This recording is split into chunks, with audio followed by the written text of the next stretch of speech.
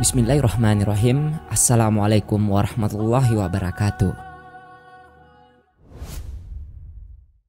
Jenazah seseorang selalu gagal dimakamkan. Para penggali kubur sudah berkali-kali berpindah tempat, tetapi selalu ada ular besar dalam liang lahatnya. Bagaimana seekor ular besar terus berada di liang lahat orang yang hendak dikuburkan? Kisah ini dinukil dari 500 kisah orang soleh penuh hikmah karya Imam Ibnul Jauzi, seorang ulama masyhur abad ke-6. Suatu ketika, Abdul Hamid bin Mahmud mengisahkan pengalamannya ketika bersama Ibnu Abbas. Waktu itu, mereka berdua ditemui oleh seseorang. Orang itu penasaran dengan peristiwa yang menimpa dirinya ketika menunaikan ibadah haji dan salah seorang temannya yang meninggal di Bukit Sapa. Orang itu pun hendak memakamkan temannya itu dan meminta bantuan para penggali kubur. Dari sinilah keanehan itu bermula. Setelah tanah digali, di liang lahat temannya tadi muncul ular besar berwarna hitam. Mereka berpikir mungkin itu biasa saja. Bisa jadi liang lahat itu merupakan tempat ular tersebut, sarang dari ular besar hitam itu. Mereka pun berpindah menggali ke tempat lain lagi. Anehnya, ketika berada di tempat baru itu, usai dilakukan penggalian dan siap dikuburkan, muncullah ular besar lagi dan berada di liang lahat itu.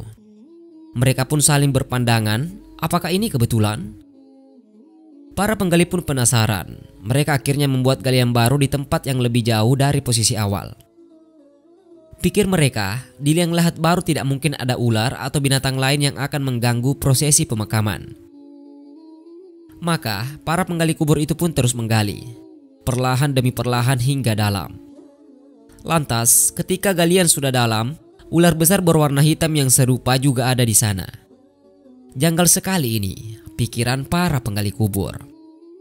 Mereka pun pindah lagi dan berkali-kali terulang hal sama. Tanah sudah digali, sudah siap dikuburkan, dan selalu saja ada ular yang besar berwarna hitam di sana. Para penggali kubur menyerah. Orang itu pun menemui Ibnu Abbas untuk bertanya, apa yang harusnya dilakukan? Itu merupakan amal perbuatan kawanmu itu, tutur Ibnu Abbas. Mereka saling berpandangan. Pergi dan kuburkan saja kawanmu itu di salah satu kuburan yang sudah ada.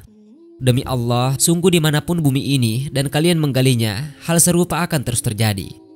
Lanjut Ibnu Abbas. Singkat cerita, mereka pun menguburkannya sesuai perintah Ibnu Abbas. Dan setelah dicoba berkali-kali dengan niat yang lebih tulus lagi, maka akhirnya jenazah itu bisa dikuburkan.